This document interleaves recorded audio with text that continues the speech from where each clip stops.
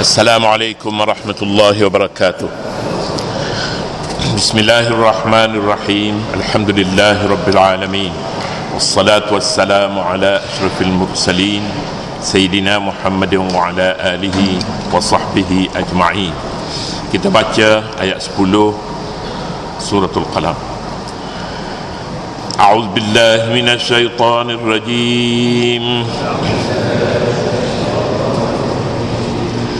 Bismillahirrahmanirrahim.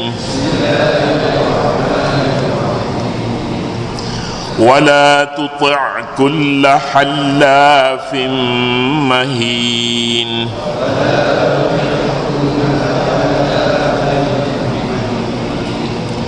Hammazim masya'im binamim.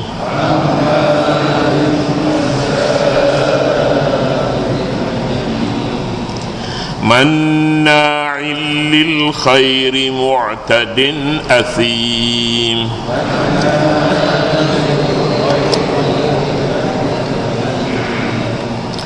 Utullin ba'da dhalika zanim.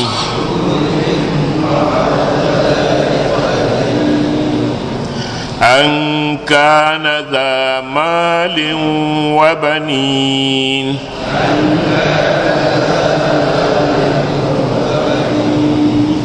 Idza tutla alaihi ayatuna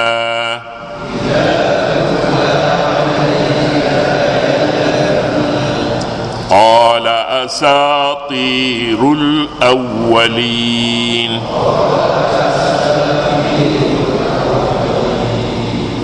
Sadaqallahul azim. Wala tuti' kulla hallafin mahin. Janganlah engkau menurut kemahuan orang yang selalu bersumpah lagi yang hina. Hammazim masya'im binamim, yang suka mencaci lagi yang suka menyebarkan fitnah hasutan. Manna'il lil khairi mu'tadin asim, yang sering menghalangi amalan-amalan kebajikan, yang melanggar hukum-hukum agama lagi yang amat berdosa.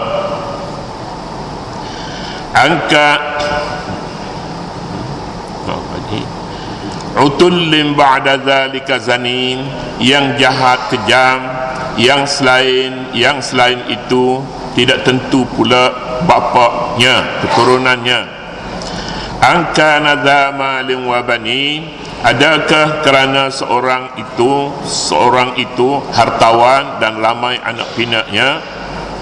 Idza tutla alaihi ayatuna qala asatirul awwalin, apabila dibacakan kepadanya ayat-ayat keterangan kami, dia berkata itu adalah rekaan orang-orang terdahulu. Sebelum ini kita telah mengikuti keterangan Al-Quran yang menyatakan Nabi kita sallallahu alaihi wasallam mempunyai akhlak yang sangat tinggi. Wa innaka la'ala khuluqin azim, ayat yang ketiga dan yang keempat dahulu. Khuluqin azim, akhlak yang sangat-sangat tinggi. Sangat tinggi, bukan sangat banyak, sangat tinggi. Jadi itulah dia contoh yang boleh kita ikuti Nabi SAW. Mencontohi Nabi artinya sunnahnya, cintakan sunnahnya, mengkaji sunnahnya, mengikuti cara-cara hidup Nabi SAW dengan keluarganya, dengan masyarakatnya, dengan sasaran dakwahnya, semuanya azim akhlak Nabi SAW. Kemudian selepas itu ayat menyatakan golongan-golongan yang tak boleh diikuti. Fala tuti'il mukadzibin, jangan anda ikuti golongan pendusta. Pendusta siapa? Pendusta Nabi yang akhlaknya tinggi itu. La tuti'il mukadzibin, jangan anda turut kumpulan ini. Fala tuti'il mukadzibin. Bila kita bercakap tentang sunnah Nabi, artinya Islam lah. Islam secara keseluruhannya, dan sifat-sifat Islam itu ialah syumulnya, merangkumi keseluruhan aspek hidup manusia. Islam, sunnah bukan hanya satu kumpulan sunnah, kumpulan yang disebutnya kumpulan salafi, kumpulan yang disebutnya orang yang tertentu. Saya rasa tidak begitu. Tetapi Islam secara keseluruhannya itu adalah sunnah Nabi. Dari mana seorang itu boleh dapati Islam yang betul? Islam yang betul ialah daripada Al-Quran dan daripada hadis, dan ini semuanya telah disepakati oleh ulama yang terbilang pada hari ini.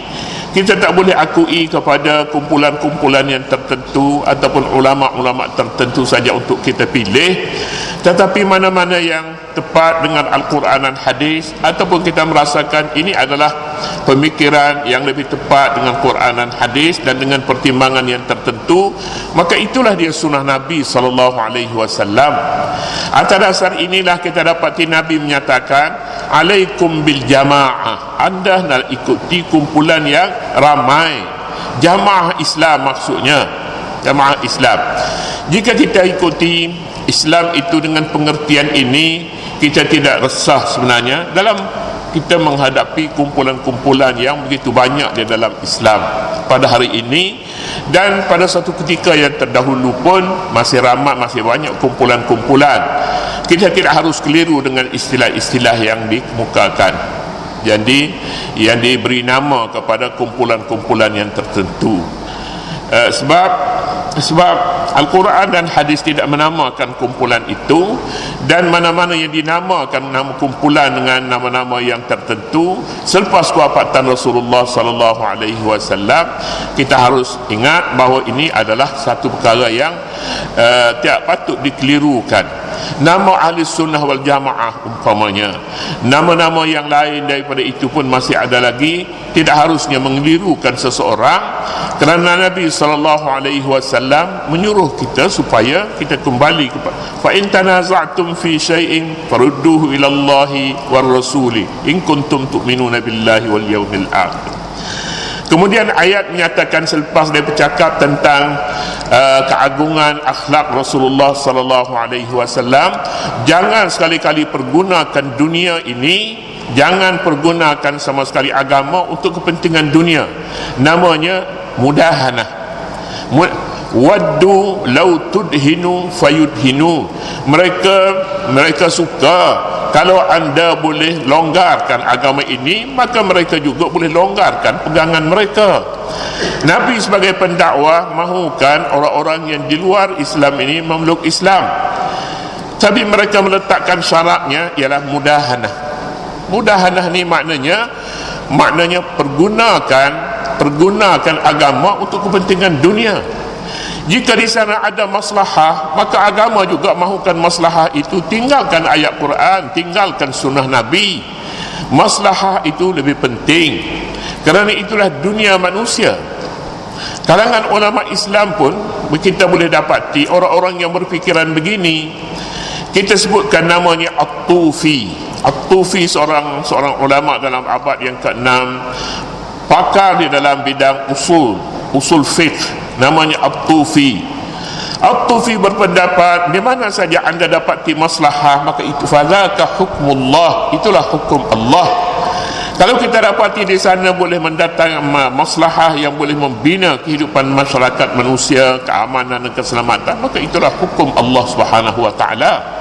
Jadi agama ini seolah-olahnya menepikan Quran, bukan agama, pandangan ini menepikan agama, menepikan Al-Quran dan As-Sunnah, menepikan, di mana meletakkan di hadapannya mereka maslahah. Sampai hari ini pun ada orang bercakap maslahah. Jadi bila ada maslahah, habis yang lain runtuh, habis yang segala hukum-hukum yang dibina sebelum ini. Maslahah sebenarnya, bila bercakap tentang maslahah, ada orang bercakap tentang maslahah, ada kepentingan mereka. Maslahah, atas dasar maslahah haram boleh menjadi halal, bolehkah kita terima? Selama ini ulama sepakat menyatakan haramnya riba, sedikit ataupun banyak riba itu. Haramnya arak, meskipun bahan ma askar kasiruhu faqaliluhu haram. Minum banyak boleh memabukkan, sedikit pun haram. Bukan saja haram tapi najis arak. Tapi ada orang menyatakan jika di sana arak boleh dijadikan ubat, maka itu maslahah bagi manusia. Maslahah dia boleh membolehkan seorang itu mengambil maslahah untuk kepentingan hidup di sini. Apa arti hidup? Kalau hidup ini terhina, dihina oleh orang bukan Islam, carilah kekuatan dengan ekonomi, perkukuhkan ekonomi, kata mereka. Ini orang dalam di tempat kita pun ramai, kita tidak payah. Kalau baca dalam artikel bercakap banyak tentang maslahah tu, iyalah tu dialah tu maslahah, cakap ni maslahah. Tobik yang perkataan At-Tufi, tak pernah dengar kita ulama usul namanya At-Tufi. Tapi kalau kerap disebut At-Tufi 2-3 kali itu iyalah tu kumpulan itu. Kumpulan syaz di dalam Islam. Tokoh ini sebenarnya dihormati, tetapi bukan semua pemikiran manusia ini, pemikiran manusia boleh diterima bulat-bulat, sebab mesti ada di sana rujukannya Al-Quran dan hadis. Baiklah, mudahanah pergunakan agama untuk dunia. Bolehkah agama dipergunakan untuk dunia? Gunakan Islam untuk tujuan-tujuan keduniaan. Kita dengan mudah saja kata tak boleh. Tak boleh. Namanya ni mudahanah. Saya sebutkan sebelum ini, mudahanah ini maknanya duhnun, maknanya minyak. Duhnun maknanya minyak. Minyak ini benar-benar yang tak boleh pun bila kita jadikan dia ni pelicin. Dia boleh pelincir, maka dia boleh lah. Kereta kita pun sedap bila kita tukar minyak baru. Tukar minyak. Ini mudahanah. Satu lagi namanya mudarat. Mudarat ini menggunakan dunia untuk kepentingan akhirat. Gunakan agama ini untuk kepentingan akhirat. Mudarat diboleh. Boleh ni artinya kita dikehendaki mudarat ma'an nas. Al-mudaratu ma'an nas. Gunakan agama untuk akhirat. Agama menyuruh kita berakhlak mulia, akhlak Nabi SAW. Kita lebih mudah untuk mendekati sasaran dakwah dengan menggunakan akhlak Nabi. Kita dah sebutlah beberapa contoh akhlak Nabi SAW dengan keluarganya, dengan masyarakatnya. Kita dah sebut ini cara dakwah. Tetapi bagaimana dakwah kalau seorang itu meletakkan kepentingan dunia yang pertama dalam pemikirannya? Ya, tak akan sampai kepada sasarannya. Dan ini pun kita sulit sebenarnya untuk mendidik jiwa kita sendiri, diri kita sendiri sebagai pendakwah dengan menjadikan agama itu sebagai jalan untuk mendekati manusia. Adakah agama ini tidak bengis? Agama ini tidak mudah marah. Agama ini senang didekati oleh orang ramai. Tetapi bila kita dekati masyarakat dengan marah, saya dengar dalam satu TV, dalam satu YouTube orang tu menyatakan ini Wahabi, kata dianya Wahabi. Marahlah dianya, tengok kiri kanan marah. Jadi mengapa marah? Orang kata Wahabi kepada kita marah. Kalau kita mempunyai alasan, dekatilah masyarakat dengan hujah dan alasan yang benar, cukuplah. Soal Wahabi, masyarakat akan baca sendiri siapa Wahabi, siapa Muhammad bin Abdul Wahab, apa sumbangannya. Kalau dia katakan kita mazhab Imam Ahmad bin Hanbal, mazhab itu, maka mazhab Imam Ahmad bin Hanbal, siapa Ahmad bin Hanbal itu? Jadi ini mudah saja bagi ahli-ahli akademik.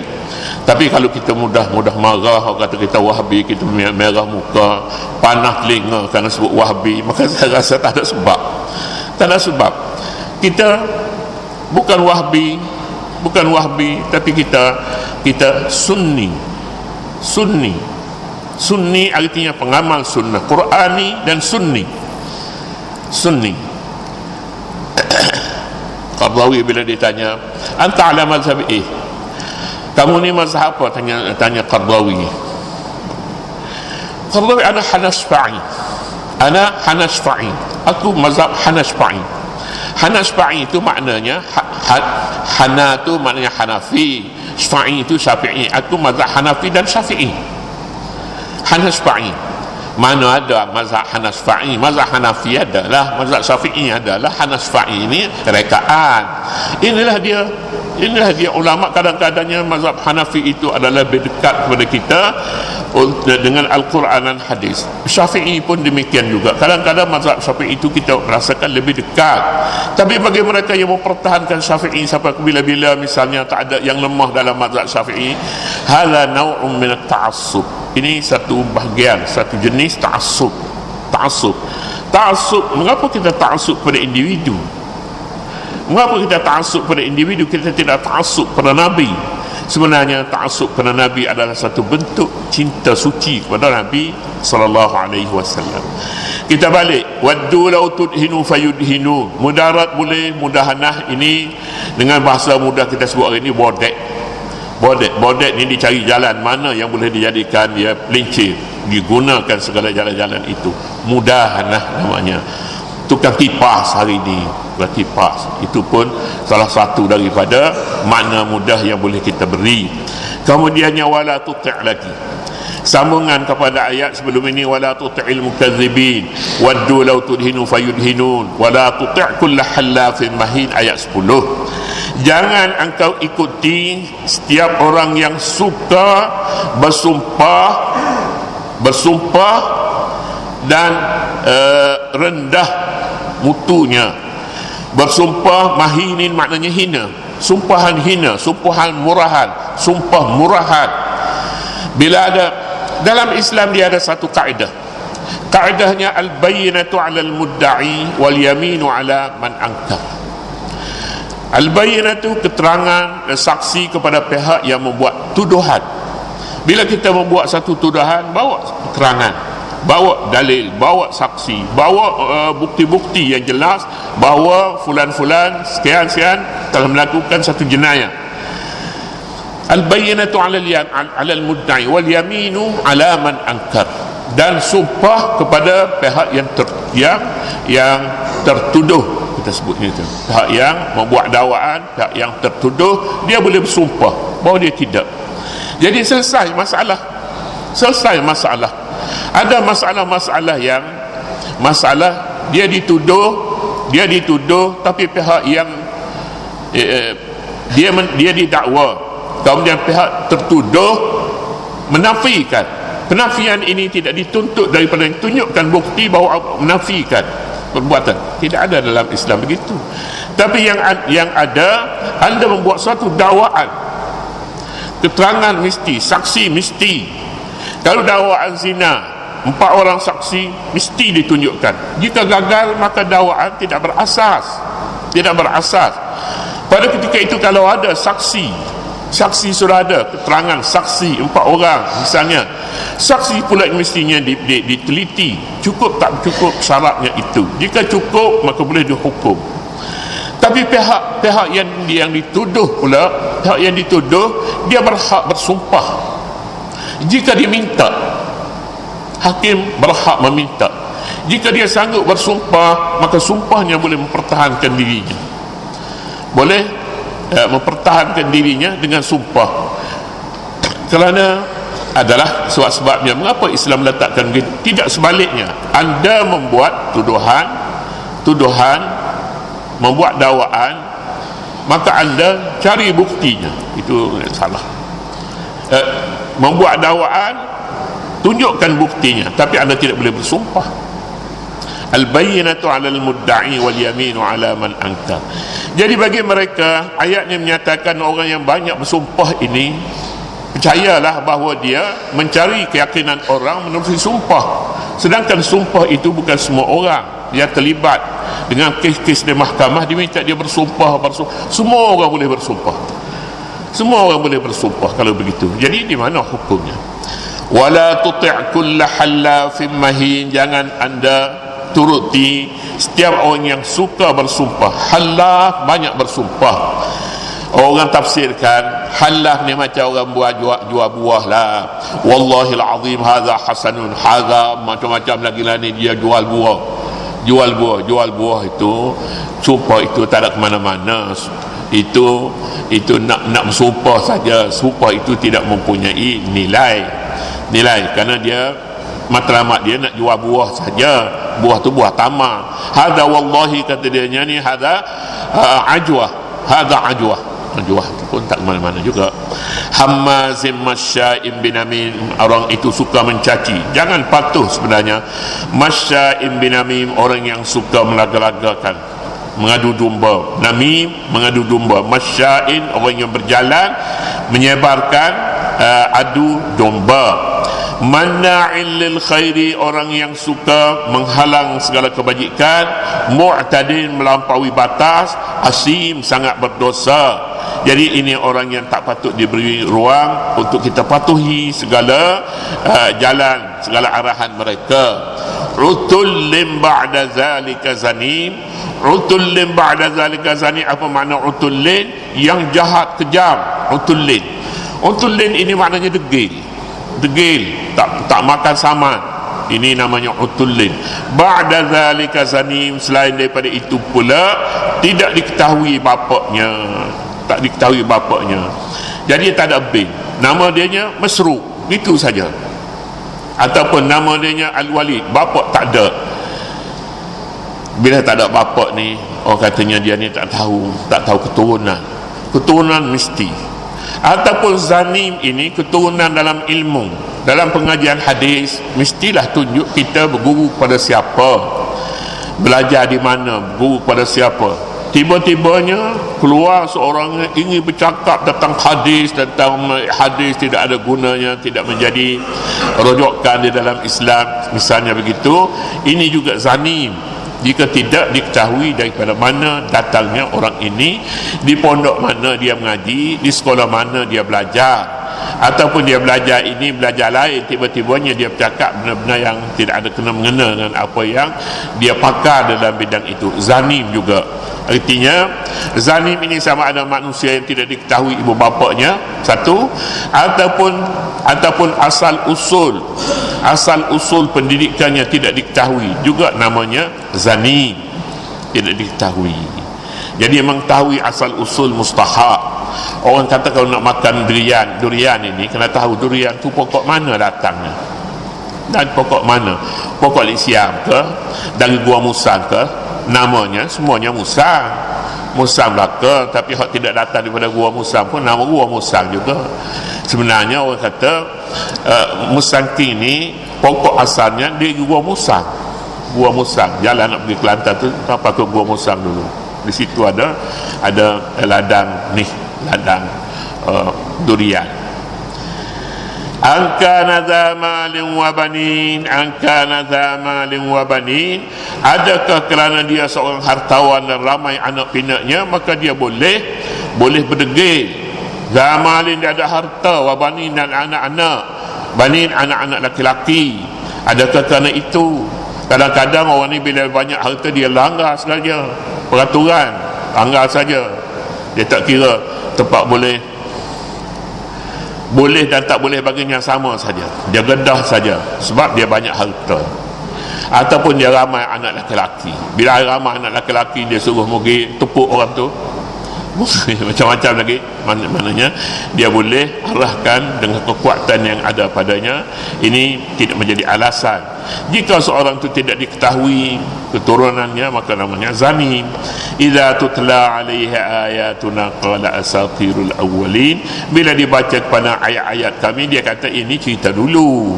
Asatirul awwalin, cerita-cerita lapuk. Jadi cerita-cerita lapuk pada Al-Quran adalah satu tanda bahawa dia orang yang terkeluar daripada jalan yang sebenar. Itulah dia ayat-ayat yang menyatakan sifat yang hina lawan kepada ala khuluqin azim. Nabi mempunyai akhlak yang sangat mulia. Wallahu subhanahu wa ta'ala a'lam. Buku tu kita tak bacalah. Mana-mana kita akan baca tempat-tempat yang mustahak, sebab kita tidak mempunyai masa yang banyak. Jadi kalau nak baca buku lagi, nak tunjuk video lagi, nak tunjuk ini video pun kadang-kadang jadi, kadang-kadang tak jadi. Saya pun malu tak jadi ni sebenarnya. Jadi tak payahlah nantilah dulu kita kena belajar biar pakar dulu, barulah kita tekan saja jalan, baru boleh singkatkan, kalau tidak habis masa. Itu. dan insya-Allah benda ni boleh diperbaiki dari semasa ke semasa. A'udzubillahi minasyaitonir rajim. Bismillahirrahmanirrahim. Rabbana la tuzigh qulubana ba'da idh hadaytana wa hab lana min ladunka rahmatan innaka antal wahhab. Rabbana ighfir lana wa li ikhwanina alladhina sabaquna bil iman wa la taj'al fi qulubina ghillan lil ladzina amanu. Rabbana innaka ra'ufur rahim. Walhamdulillahi rabbil alamin.